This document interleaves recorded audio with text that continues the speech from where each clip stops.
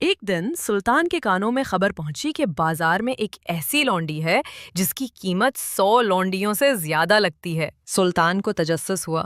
اس نے حکم دیا کہ اس لونڈی کو فوراً محل میں لایا جائے تاکہ وہ دیکھے آخر وہ اتنی خاص کیوں ہے۔ لونڈی سلطان کے سامنے آئی۔ اس کے چہرے پر ایسا وقار تھا جو سلطان نے کسی اور لونڈی میں نہیں دیکھا تھا۔ سلطان نے حیران ہو کر پوچھا، تمہاری قیمت اتنی زیادہ کیوں ہے نوجوان لڑکی؟ لونڈی نے پورے اعتماد سے جواب دیا، کیونکہ میں اپنی عقل سے ممتاز ہوں۔ سلطان کو حیرانی ہوئی۔ اس نے کہا، اچھا، میں تم سے ایک سوال پوچھوں گا۔ اگر تم نے صحیح جواب دیا تو میں تمہیں آزاد کر دوں گا، ورنہ قتل کر دوں گا۔ میرے سوال یہ ہیں، سب سے خوبصورت لباس کون سا ہے؟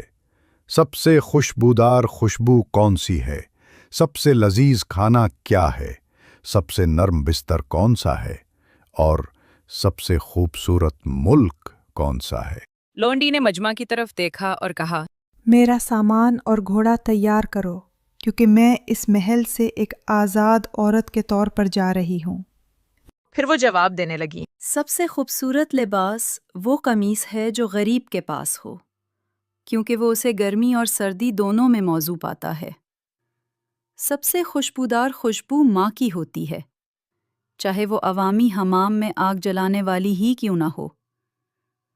سب سے لذیذ کھانا وہ ہے جو بھوک کے وقت کھایا جائے، کیونکہ بھوکا آدمی سوکھے روٹی کو بھی لذیذ سمجھتا ہے۔ سب سے نرم بستر وہ ہے جس پر تم سکون سے سوتے ہو۔ اگر تم ظالم ہو تو سونے کا بستر بھی تمہیں کانٹوں سے بھرا لگے گا۔ وہ دروازے کی طرف بڑھی تو سلطان نے اسے آواز دی۔ تم نے میرے آخری سوال کا جواب نہیں دیا۔ لونڈی نے مڑ کر کہا، سب سے خوبصورت ملک وہ ہے جو آزاد ہو اور جاہلوں کے زیر حکومت نہ ہو۔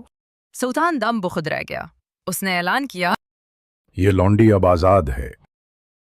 اس لونڈی نے اپنی عقل اور وقار سے نہ صرف سلطان کو حیران کر دیا بلکہ اپنی آزادی بھی حاصل کر لی۔ اصل سبق یہ ہے کہ عقل، شعور اور آزادی ہی انسان کا سب سے بڑا زیور ہے، اور سب سے خوبصورت ملک وہی ہے جو آزاد ہو اور باشعور قیادت میں ہو۔ آپ کے خیال میں سب سے خوبصورت ملک کون سا ہے؟ کامنٹس میں ضرور بتائیں۔ ایسی مزید کہانیوں کے لیے ہمارے چینل کو سبسکرائب کریں۔